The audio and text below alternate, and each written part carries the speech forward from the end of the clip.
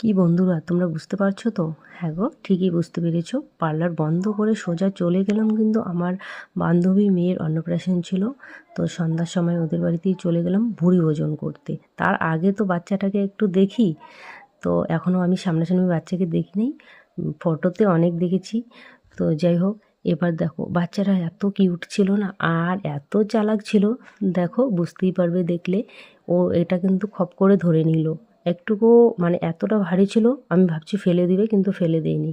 যাই হোক, এবার আমাকে এরা বলছিল যে একটু ব্লগ হবে না? আমি বললাম হ্যাঁ হবে, ব্লগ, মিনি ব্লগ হবে। তো যাই হোক, এবার খাওয়ার প্যান্ডেলের দিকে চলে আসলাম। খেতে তো হবেই, তাই না বলো? যত সমস্যা হোক, যত ভিড়ভাট্টা হোক, তবুও খেতেই হবে। এবারে দেখো অনেক রকম আইটেম ছিল। তো আমি যা যা দেখিয়ে দিলাম। আমি মাংস অবধিই খেয়েছি, তারপরে অনেক কিছু ছিল সেগুলো খাইনি। মোটি হয়ে যাচ্ছি যে প্রত্যেক দিন এত অনুষ্ঠানে খেলে কি আর ঠিক থাকে?